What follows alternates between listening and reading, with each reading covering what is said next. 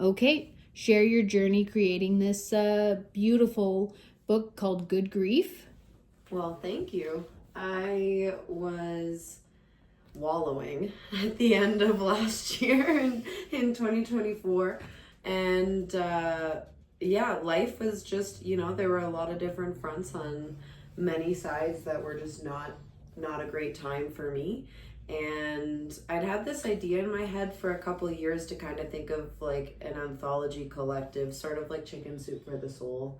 And so I think a lot of us have some really beautiful stories, and I know that we're not alone. So I wanted to write mine to help me express more through some of my stuff that I've gone through and look back like how far we've come and where we are now, and then also reach out and like build that community, because I know other people have fantastic stories. And when Irina came on, I was like, oh my gosh, yes, amazing. So you get right to it in your story. I'm just like, oh my gosh, don't think I could even handle a bit of that. Yeah, so tell us the title of the Journey to Rock Bottom and your chapter. Well, like you, I've had this thought in my head for a couple of years where I wanted to write down some of the experiences that I've gone through within the relationship, and more so after the fact, right? Just like you said, so many people have different stories and different lessons that they got out of those stories, right?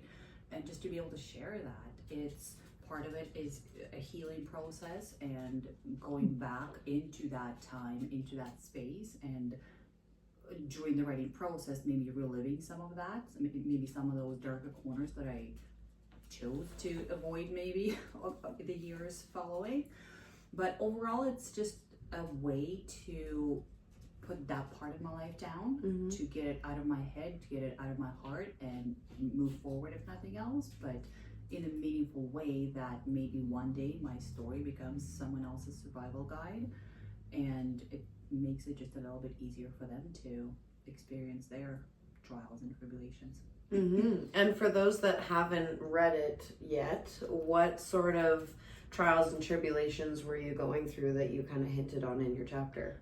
The portion, I guess, of my life that I chose to write about was a past relationship now, where the partner I was with at the time decided to have an affair, and he ended up getting the other woman pregnant, and how I learned about it and how I didn't necessarily do a whole lot about it, but for me, it became the beginning of the end.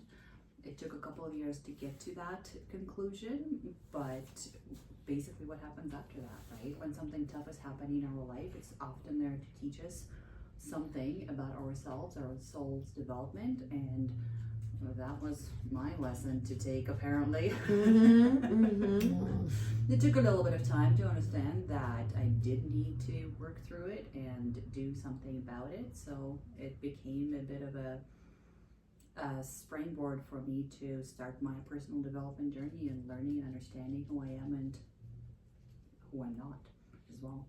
You had said 5 years ago or so it was now. So you have, your kids have a step sibling still.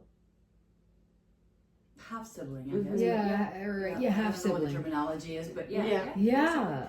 Like that's something curious. I was wondering, like, if you want to even talk about that. Now that that's changed, and you have more people in your family, like that. What's the situation with that now? Unfortunately, there isn't a situation. My ex-husband decided not to be part of that person's life, so there was no interaction. We never met the person; they've never met us. That's hard. Okay. So then there isn't. Oh wow! That part of the story is really short. Yeah.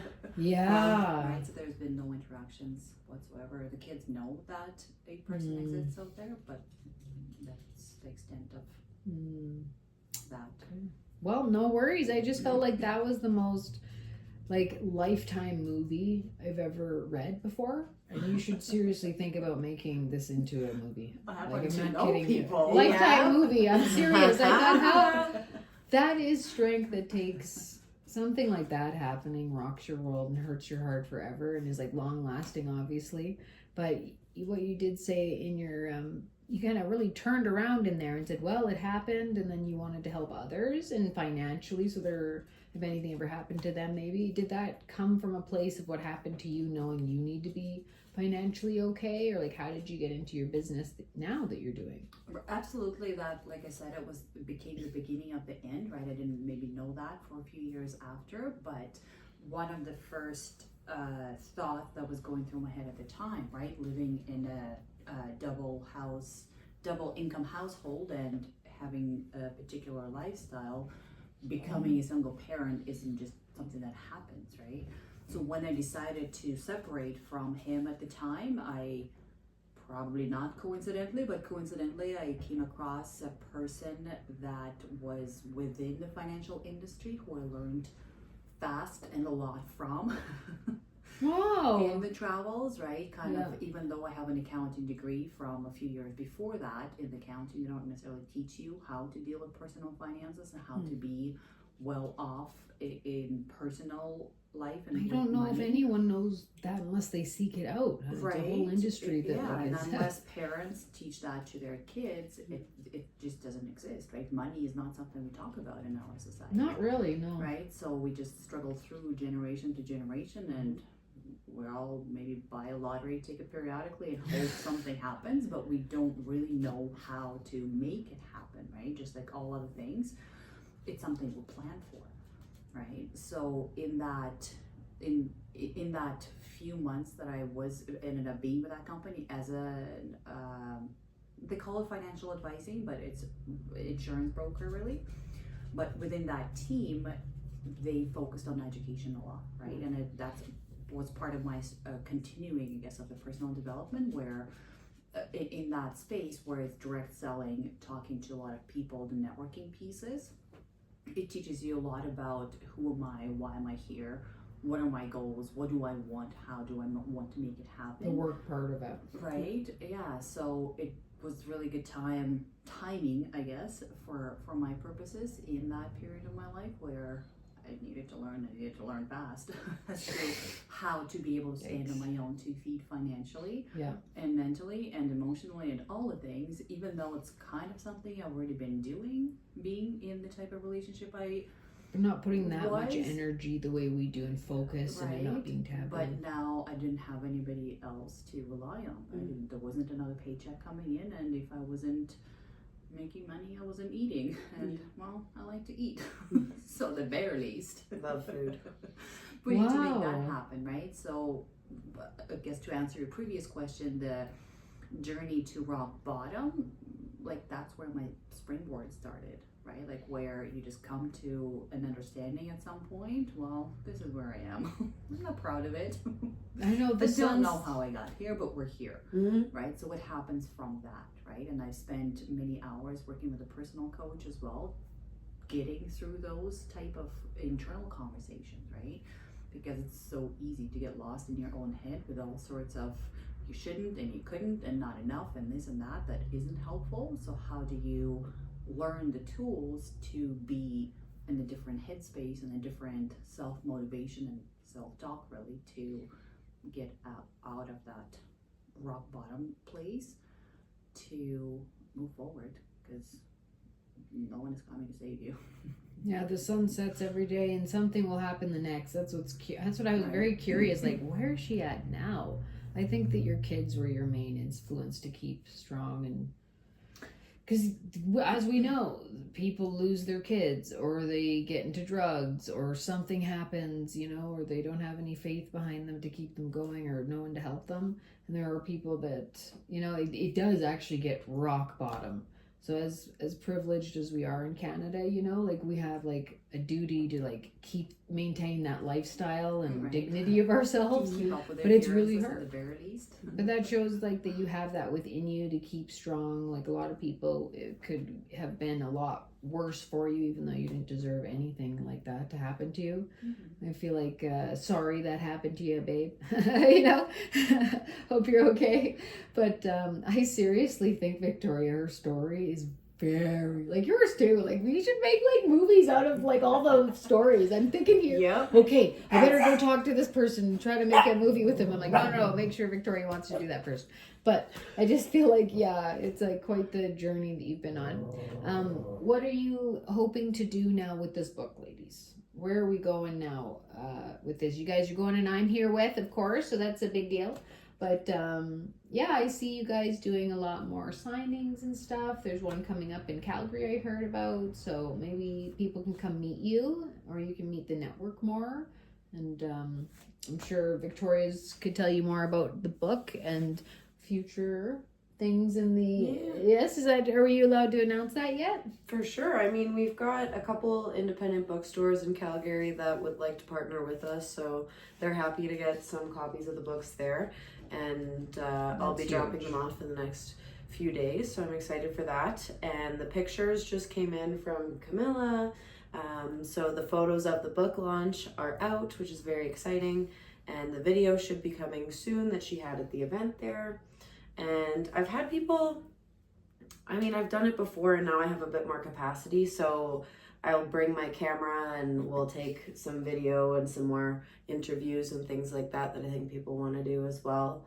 And just more opportunities to get the word out there. I mean, we've partnered with Mini Titans too. So Mini Titans is a kids entrepreneurial summer camp and March break camp, but it teaches children entrepreneurial skills. So, and they sell different things that they have. So at the beginning of the week or the beginning of the session, they have an idea and they work with a mentor, and at the end they are selling something they've created or that they've partnered with. So they asked us to partner with them, and they'll sell some of the books and some of the proceeds will go to help the kids afford to go to camp. So oh, that's so cute. Yeah, just other initiatives, other things way that we more can healthy do than cookies.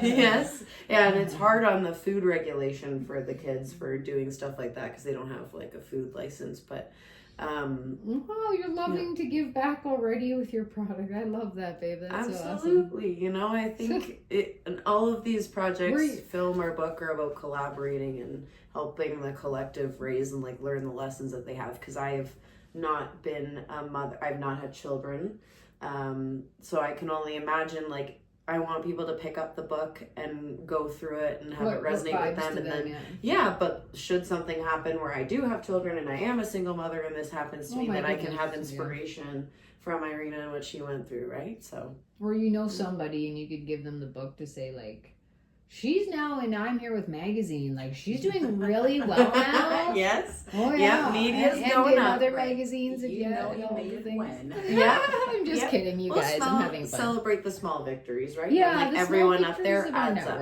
It's nice when there's when you can share the word to the network and you don't have to say too much, and then the right people will come to you who vibe to you.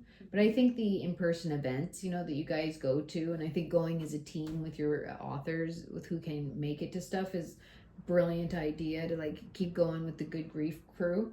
So I'm really proud of you guys. Were you surprised that I wanted you to be named as the book of the summer? One of the books of the summer. Even though we have somebody beautiful on our cover, Carla May. She's her book is on the cover right now, but we love authors and we're still going to keep supporting authors. Summer reading. Right? Yeah, I don't know if it's a light summer read. Maybe in the nighttime. Yeah, it's like watching. It's definitely. Like have some time to yourself when you're done. It's like a nighttime kind of story. I was like crying, and I'd heard your event a little bit. I was like, oh, I didn't know that. And I thought, how did you get everyone to be so vulnerable? I thought to myself, like, I don't think I could be that vulnerable. Oh my goodness. Like, how did that happen when you called her up? What happened between you two? How'd you get her to do it? I think it's really just like I am comfortable with sharing it, the relationship. And if I joked, I'm like, if people wanted to ask me, like, I'm an open book. And if I'm willing to share that vulnerability and their strength and vulnerability, that someone else might feel inspired to do the same and realize that there's a strength in that too. So yeah, I really just asked, like, at the end of the new year, like, okay, I'm ready to do this now. Who would be interested in it? And I was grateful that Irina was down for it. She was a part of the book club group. So I'm happy you guys now have your own book and going to move forward. And Irina, do you want to say anything to the audience at all about like your experience? Because the positives, you know, in your life that you came through that, like knowing that you're independent. That's a big one. A lot of women would love to be independent and not need their significant or something. But do you want to talk about something about, you know, being strong on your own? Even if you have a partner, you know, you should be financially okay Right. and mentally okay. Yeah. Yeah, because life. Of course. Women especially, right? But both men and women, as some of the stories are in a book, to be able to stand on your own 2 feet before you kind of attach your cart to somebody else.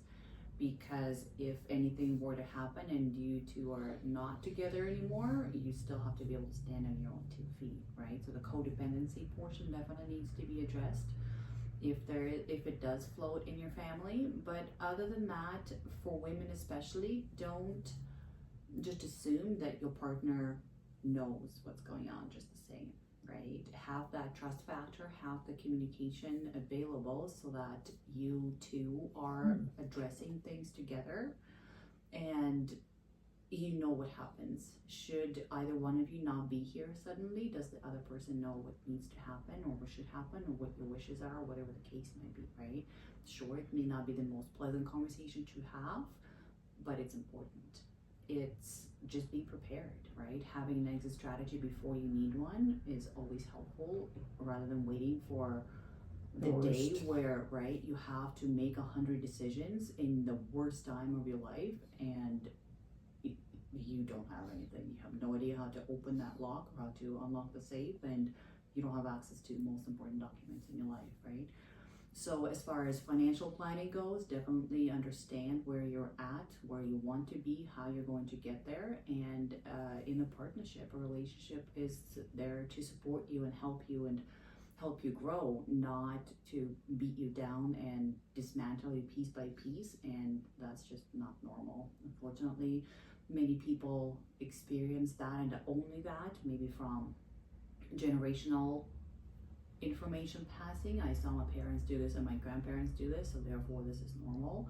Well, you don't know that that's abuse. It's not normal. Yeah, right? Your partner, your life partner especially, is here to support you while you're here to support each other, right, and help each other grow and not beat each other down. And yeah, note and that in any some relation, if it's not days. what working, move on. Yes.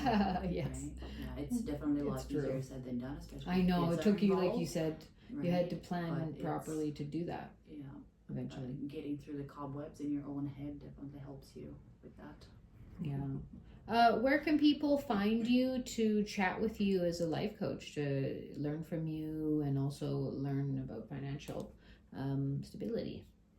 Instagram and LinkedIn, Irina Jiltsova, at both of them would be a good place to start.